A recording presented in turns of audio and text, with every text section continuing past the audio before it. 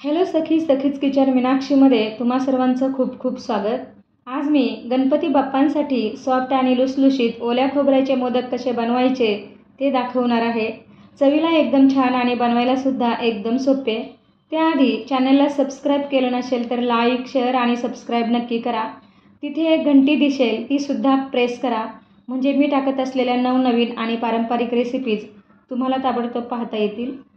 ओल्या नारळाचे मोदक बनवण्यासाठी इथे मी 2 वाटी ओल्या खोबऱ्याचा किस घेतलेला आहे। खोबऱ्याचा काळा भाग यामध्ये अजिबात येऊ द्यायचा नाही। पाऊण वाटी साखर घेतलेली आहे आणि 1 वाटी साईसहित घट्ट दूध घेतले। इथे मी थोडेसे काजू बदामाचे बारीक तुकडे करून घेतलेले आहेत। कढईमध्ये 1 चमचा तूप घालून घ्यायचा आहे। तूप कमी घातलं तरी चालेल, कारण आपण यामध्ये साईसहित घट्ट दूध घालणार आहोत, त्याचं सुद्धा तूप सुटतं। खोबरे कढईला चिटकू नये म्हणून तूप कढईला व्यवस्थित लावून घेतल्यानंतरच त्यामध्ये खोबरं घालून घ्यायचं आणि हे खोबरं चांगलं सुक्क होईपर्यंत परतून घ्यायचं आहे। अजिबात खाली लागू द्यायचं नाही आणि गॅस मंदच ठेवायचा। मंद गॅसवरच आपल्याला हा खोबऱ्याचा किस जो आहे तो चांगला परतून घ्यायचा आहे।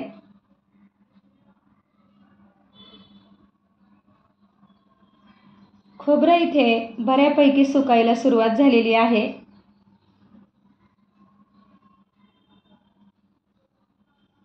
आता यामध्ये साईसहित दूध घालून घ्यायचं आहे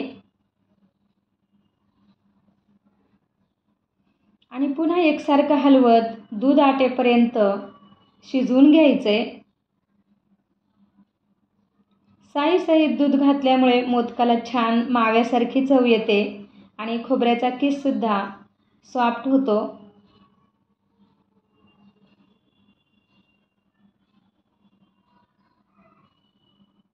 मिश्रण पुन्हा बऱ्यापैकी घट्ट व्हायला सुरुवात झालेली आहे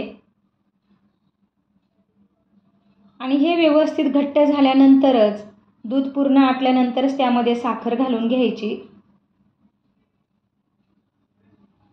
साखर विरघळायला सुरुवात झाली की पुन्हा हे मिश्रण पातळ होतं आणि ते पुन्हा एकदा आटवून घ्यायचं आहे, घट्ट करून घ्यायचंय।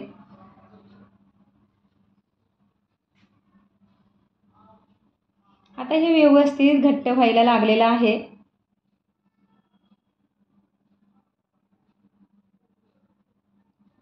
सारखं हलवत राहायचं, तळाशी अजिबात लागू द्यायचं नाही। आता यामध्ये काजू बदामाचे तुकडे घालून घ्यायचे आणि व्यवस्थित मिक्स करून घ्यायचे। माझ्याकडे मिल्क पावडर आहे थोडीशी, त्यातली मी पाव वाटी घालून घेणार आहे आणि व्यवस्थित मिक्स करून घ्यायची। यामुळे मोदकांना अजून छान चव येते आणि याची गोळी झाली आणि हाताला चिकटले नाही की समजून घ्यायचं की आपलं मिश्रण मोदकासाठी तयार झालेलं आहे। थोडा वेळ पुन्हा परतल्यानंतर मिश्रण ताटामध्ये काढून घ्यायचंय आणि व्यवस्थित पसरून घ्यायचंय आणि थोडा वेळ कोमट होऊ द्यायचं आहे। साच्याला तूप लावून घ्यायचं अगोदरच। आता हे मिश्रण व्यवस्थित एकसारखं करून घ्यायचं आणि साच्यामध्ये शेवटच्या टोकापर्यंत दाबून घ्यायचं आहे, म्हणजे मोदक एकसारखे छान दिसले पाहिजे। अशा पद्धतीने व्यवस्थित मिश्रण साच्यामध्ये दाबून घ्यायचं।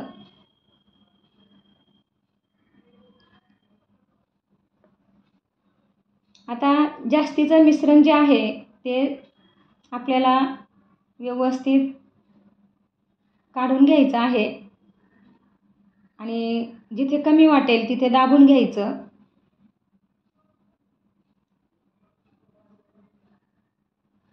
मिश्रण भरपूर घालायचं आणि दाबून घालायचं, म्हणजे मोदक जे आहेत ते अगदी सुरेख दिसतात, छान दिसतात।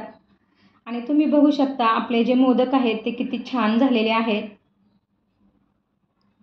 अशाच पद्धतीने आपण सगळे मोदक बनवून घेणार आहोत।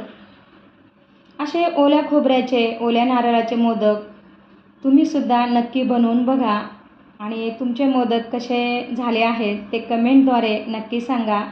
आणि आपल्या सखीच किचन मीनाक्षी या चॅनलला अजून सबस्क्राईब केलं नसेल तर लाईक, शेअर आणि सबस्क्राईब नक्की करा. थँक्यू. बाय.